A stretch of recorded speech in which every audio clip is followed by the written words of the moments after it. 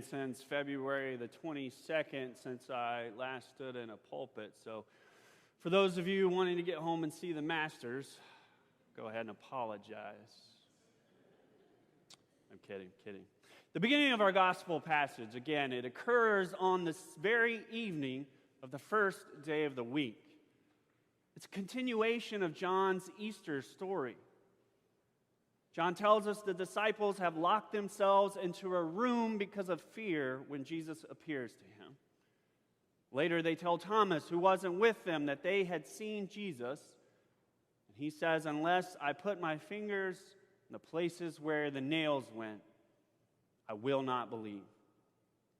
A week later, Jesus appears to the disciples again. This time, Thomas is there, and Jesus tells Thomas to place his fingers in his scars. And Thomas responds, "My Lord and my God." This is the gist of the story anyway, how doubting Thomas became believing Thomas. There's more to the passage, but Thomas's boldness makes it famous. Many books and articles and sermons are written about Thomas, all with differing perspectives of his doubt and his belief. As much as we want to focus on Thomas, we shouldn't miss that the disciples, they're all like Thomas, and doubt and fear are plentiful in this passage.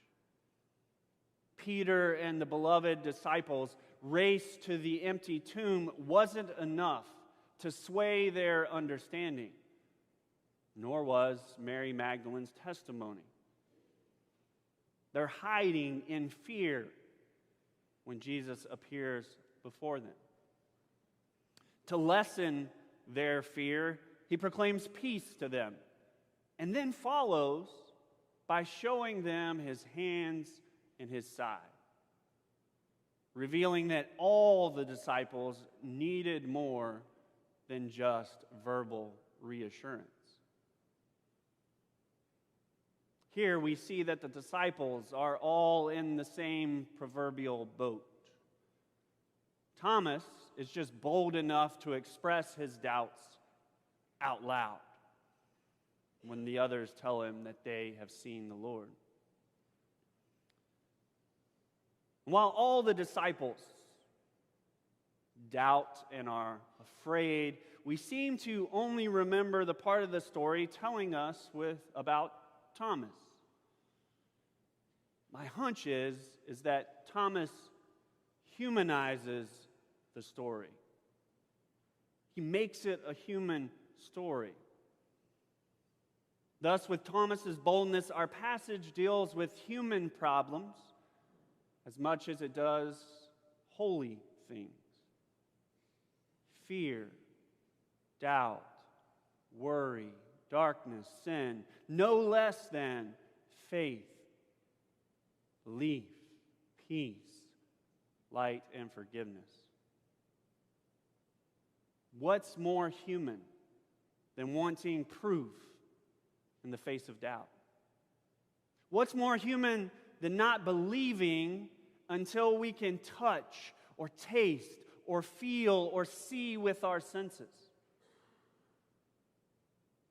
Therefore, as much as it is a story about Thomas's doubts and beliefs, it's also a story of each of us. Frederick Buechner says that the story of any one of us is in some measure the story of all of us.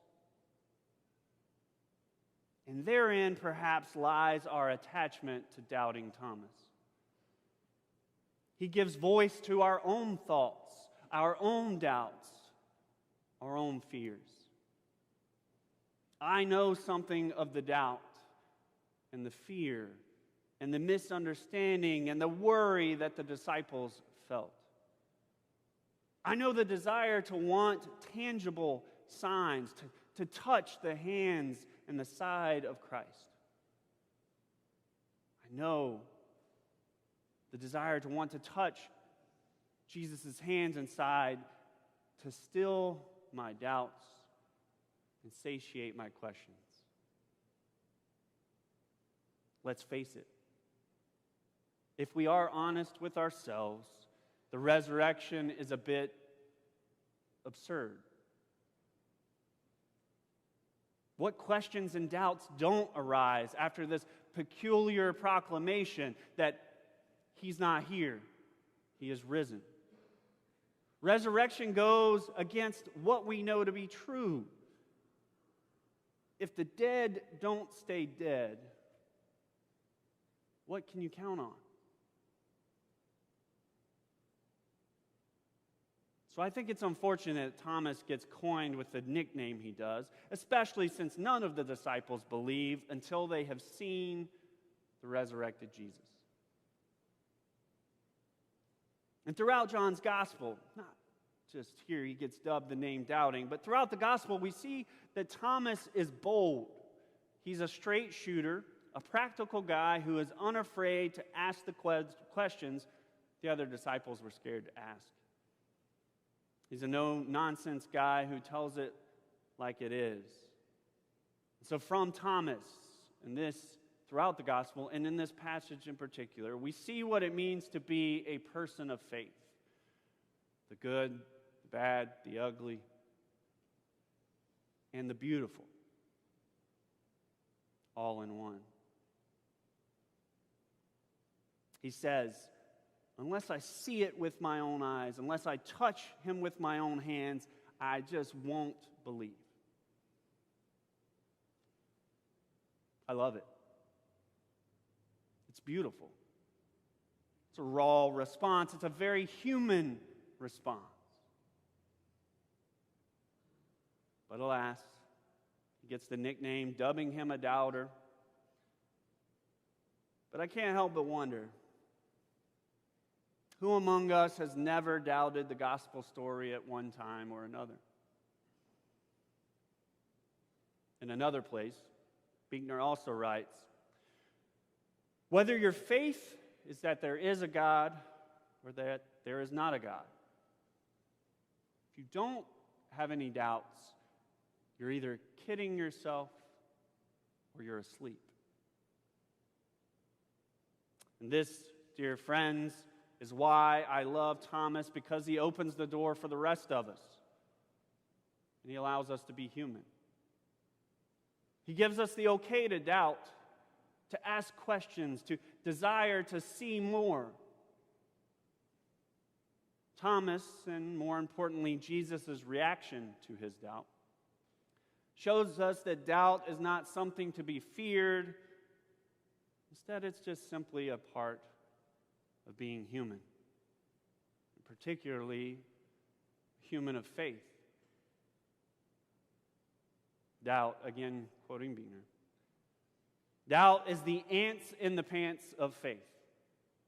It keeps faith alive and awake and moving. End quote. Doubt allows for new possibility. It allows for growth. It allows for further searching.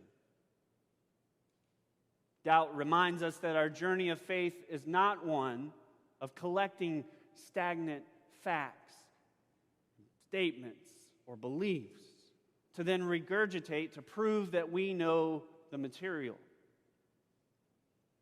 Instead, our journey of doubt and faith is a pilgrimage, one seeking the risen Lord. Thus, doubt gives us the opportunity to encounter not the facts or the data, but the living one in whom our faith rests. I love that Thomas dares to express his doubts, but I love even more Jesus' response to him. How does Jesus respond to the disciples' fear and doubts? He responds with peace and understanding. Instead of scolding him or rebuking him, he lovingly tells him to put his fingers in the scars, to look at his hands, This is the peace that Thomas needs. He's bold enough to state that he will not believe until he sees these things, and the amazing thing is that Jesus offers it to him. Doesn't judge, he doesn't condemn. He gives the disciples himself. It's only after he has given Thomas the opportunity to face his doubt that he tells Thomas to stop doubting and believe. To which Thomas then responds, "My Lord and my God." And this is the highest affirmation of Christ by any person in the Gospel of John. Others have called him teacher, Lord, Master, even Messiah. But Thomas calls him God. Thomas's doubt, his searching, leads to the faithful confession and revelation of who Jesus truly is. And we, the reader at this moment, are thrust back to the beginning of John's Gospel. And the Word was made flesh, dwell among us. The Word who was with God and was God in the beginning. Dear friends, the journey of faith is hard at times. It begs us to believe in the impossible. It challenges us to look at the world and despite the way that it looks, with its hatred, its violence, its fears, its destruction, faith tells us that it isn't how things truly are. Things aren't what they seem because our faith tells us that God is still at work in the world, encountering us and others, and bringing new life out of death. But faith is a human endeavor. It allows us to voice our doubts and to ask our questions. It allows us to get stuck, to toe the line. Faith is a process. It's a verb.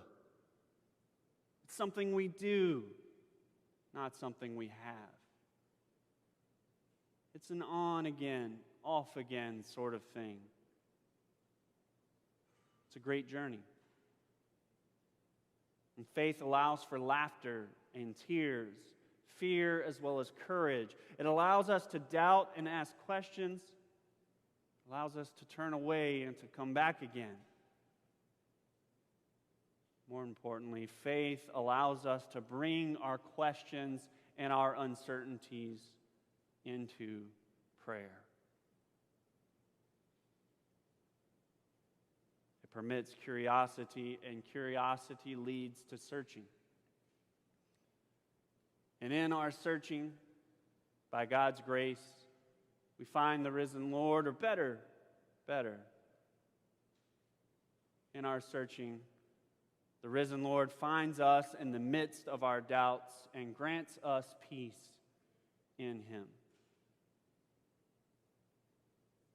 So let us not be afraid of doubt, but let doubt be for us a restlessness to stir us from our complacency into a deeper faith, into the one who was crucified and risen.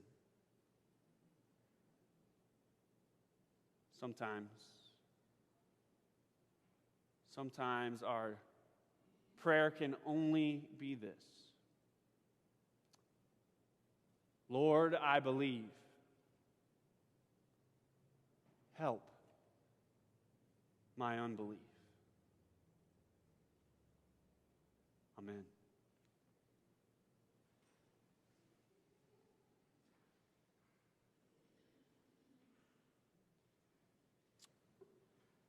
Having heard the Scriptures proclaim, let us now stand together in body or spirit, confessing and affirming our faith